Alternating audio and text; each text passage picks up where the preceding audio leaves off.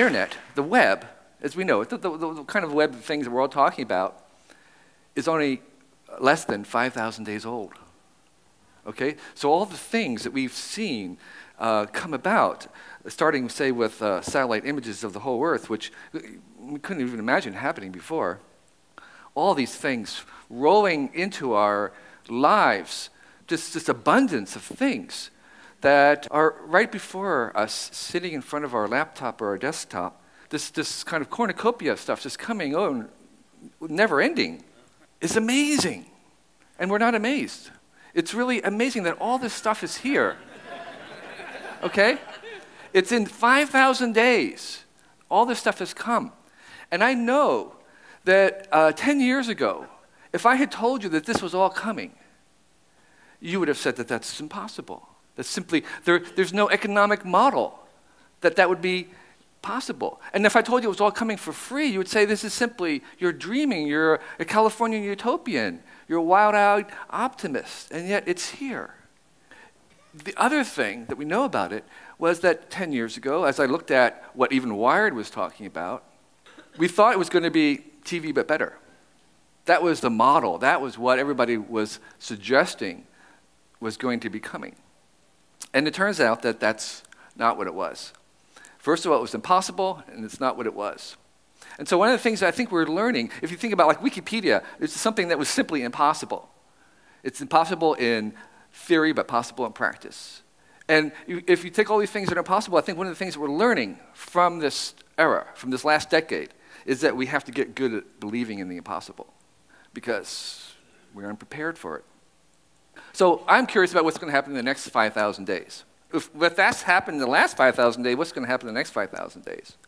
So I have kind of a simple story, and it suggests that what we want to think about is this thing that we're making, this thing that has happened in 5,000 days, that's all these computers, all these handhelds, all these cell phones, all these laptops, all the servers. Basically, what we're getting out of all these connections is we're getting one machine. That there is only one machine. And our little handhelds and devices are actually just little windows into those machines, but that we're basically constructing a single global machine. And so I began to think about that, and it turned out that this machine happens to be the most reliable machine we've ever made. It has not crashed, it's running uninterrupted. And there's almost no other machine that we've ever made that runs the number of hours, the number of days, 5,000 days without interruption. That's just unbelievable. Of course, the internet is longer than just 5,000 days. The web's only 5,000 days. So I was trying to basically make measurements. What are the dimensions of this machine? And I started off by calculating how many billions of clicks there are all around the globe on all the computers. And there's 100 billion clicks per day. And there's 55 trillion links between all the web pages of the world. And so I began thinking more about other kinds of dimensions, and I made a quick list, and it was Chris Jordan, the photographer, talking about numbers being so large that they're meaningless. Well, here's a list of them. They're hard to tell, but there's 1 billion PC chips on the internet. If you count all the chips and all the computers on the internet, there's 2 million emails per second. So it's a very big number. These are just a huge machine. It uses 5% of the global electricity on the planet. So here's the specifications, just as if you were to make up a spec sheet for it. 170 quadrillion transistors, 55 trillion links, emails running at 2 megahertz itself, 31 kilohertz text messaging, 246 exabyte storage, that's a big disk, that's a lot of storage, memory, 9 exabyte RAM, and the total traffic on this is running at 7 terabytes per second. Brewster was saying the Library of Congress was about 20 terabytes. So every second, half of the Library of Congress is swooshing around in this machine. It's a big machine. So I did something else. I figured out 100 billion clicks per day. 55 trillion links is almost the same as the number of synapses in your brain. A quadrillion transistors is almost the same as the number of neurons in your brain. So to a first approximation, we have these things, 20 petahertz synapse firings. Of course, the memory is just really huge. But to a first approximation, the size of this machine is the size in its complexity, so it is kind of to your brain.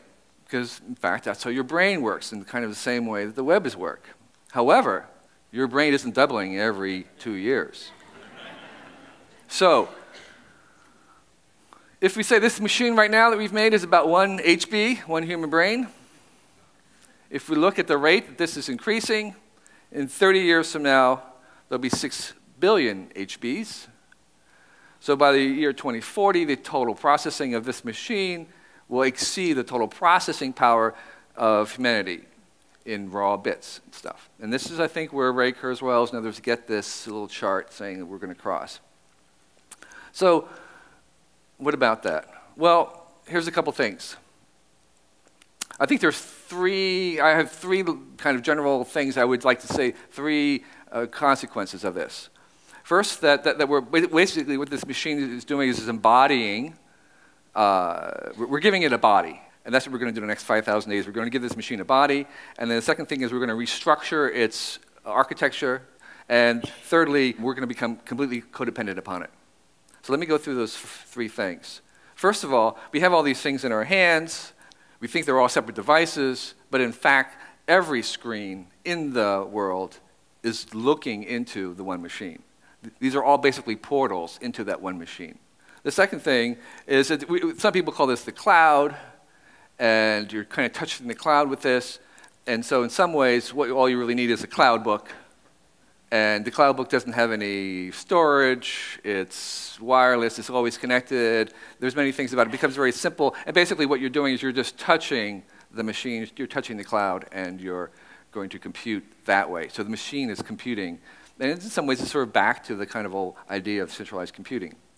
But everything, all the cameras and the microphones and the sensors and cars and everything is connected to this machine. And everything will go through the web. And we're seeing that already with, say, phones. Right now, phones don't go through the web, but they are beginning to, and they will. And if you imagine what, say, just as an example, what Google Lab has in terms of the experiments of Google Docs, Google Spreadsheets, blah, blah, blah, all these things are going to become web-based. They're going through the machine. And I'm suggesting that every bit will be owned by the web. Right now it's not. If you do spreadsheets and things at work, a Word document, they aren't on the web, but they are going to be. They're going to be part of this machine. They're going to speak the web language. They're going to talk to the machine. The web is, in some sense, is kind of like a black hole that's sucking up everything into it. And so everything will be part of the web. So every item, every artifact that we make will have embedded in it some little sliver of webness and connection, and it will be part of this machine. So their environment, kind of in the ubiquitous computing sense, their environment becomes the web. Everything is connected. Now, with RFDs and other things, whatever the technology is, it doesn't really matter. The point is that everything will have embedded in it some sense of connecting it to the machine. And so we have basically an Internet of Things. So you begin to think of a shoe as a chip with heels and a car as a chip with wheels. Because basically most of the cost of manufacturing cars is the embedded intelligence and electronics in it, not the materials. A lot of people think about the new economy as something that was going to be a disembodied, alternative virtual existence, and that they would have the old economy of atoms. But in fact, what the new economy really is the marriage of those two, where we embed the information and the digital nature of things into the material world. That's what we're looking forward to. That is where we're going. This union, this convergence of the atomic and the digital. And so one of the consequences of that, I believe, is that we have this sort of spectrum of media right now, TV, film, video, that basically becomes one media platform. And while there's many differences, that in some senses they will share more and more in common with each other. So the laws of media, such as the fact that copies have no value, the values in the uncopyable things, the immediacy, the authentication, the personalization, that media wants to be liquid, that's really what you really want. The reason why things are free is so that you can manipulate them, not so that they are free as in beer, but free as in freedom. And the network effects rule, meaning that the more you have, the more you get. The first fax machine, the person who bought the first fax machine was an idiot because there was nobody to fax to. But He or she became an evangelist, recruiting others to get the fax machines because it made their purchase more valuable. Those are the effects that we're going to see. Attention is a currency. So those laws are going to kind of spread throughout all media. And the other thing about this embodiment is that there's kind of what I call the McLuhan reversal. McLuhan was saying machines are the extensions of the human senses, and I'm saying humans are now going to be the extended senses of the machine in a certain sense. So we have a trillion eyes and ears and touches through our digital photographs and cameras, and we see that in things like Flickr, where or Photosynth, this program from Microsoft that will allow you to assemble a view of a touristy place from the thousands of tourist snapshots of it. It's, in a certain sense, the machine is seeing through the pixels of individual cameras.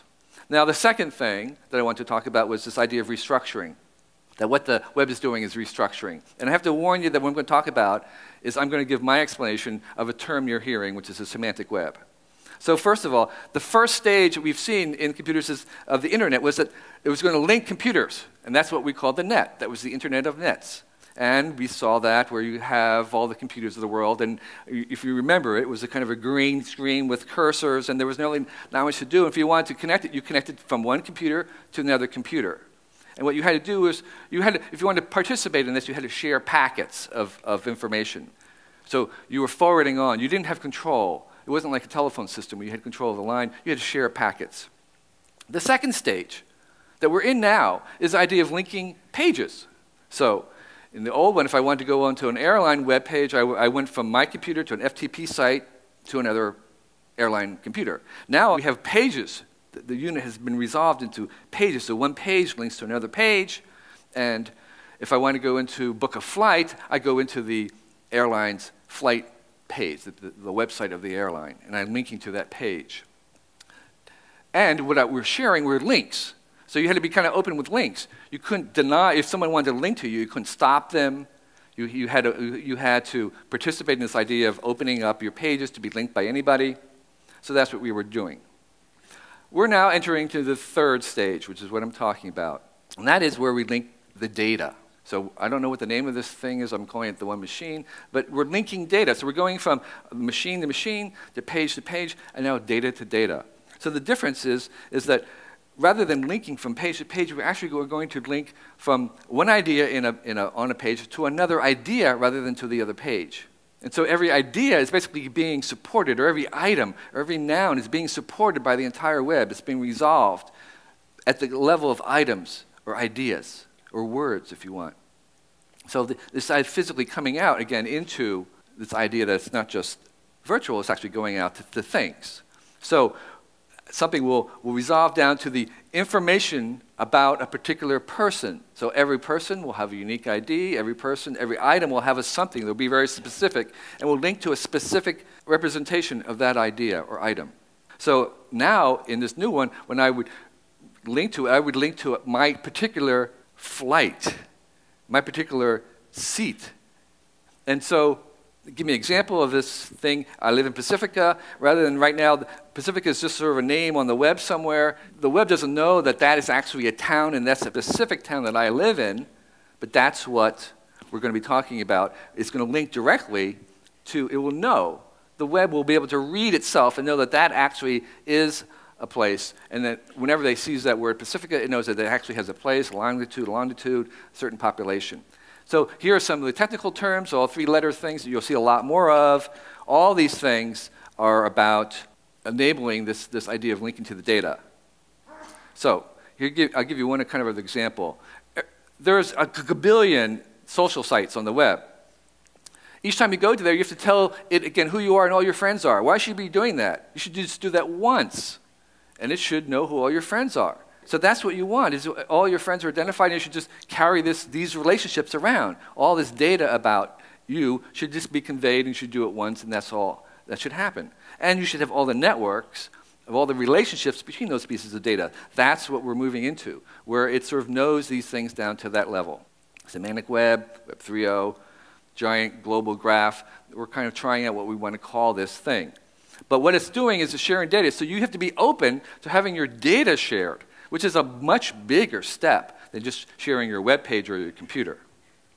And all these things that are going to be on this are not just pages. They are things. Everything we described, every artifact or place will be a specific representation, will have a specific character that can be linked to directly. So we have this database of things. And so there's actually a fourth thing that we have not get to, we won't see in the next 10 years or 5,000 days, but I think that's where we're going to, and that is the Internet of Things, where I'm linking directly to the particular things of my seat on the plane, that physical thing becomes part of the web. And so we are in the middle of this thing that's completely linked down to every object in the little sliver of connection that it has. So the last thing I want to talk about is this idea that we're going to be codependent. It's always going to be there, and the closer it is, the better. If you allow Google to, it will tell you your search history, and I found out by looking at it that I search most at 11 o'clock in the morning. So I am open, and I'm being transparent to that, and I think total personalization in this new world will require total transparency. That is going to be the price. If you want to have total personalization, you have to be totally transparent. Google, I can't remember my phone number, I'll just ask Google. We're kind of so dependent on this that I have now gotten to the point where I don't even try to remember things, I'll just Google it. It's easier to do that. And we kind of object at first saying, oh, that's awful, but if we think about the dependency that we have on this other technology called the alphabet and writing, we're totally dependent on it. It's transformed culture. We cannot imagine ourselves without the alphabet and writing. And so in the same way, we're going to not imagine ourselves without this other machine being there.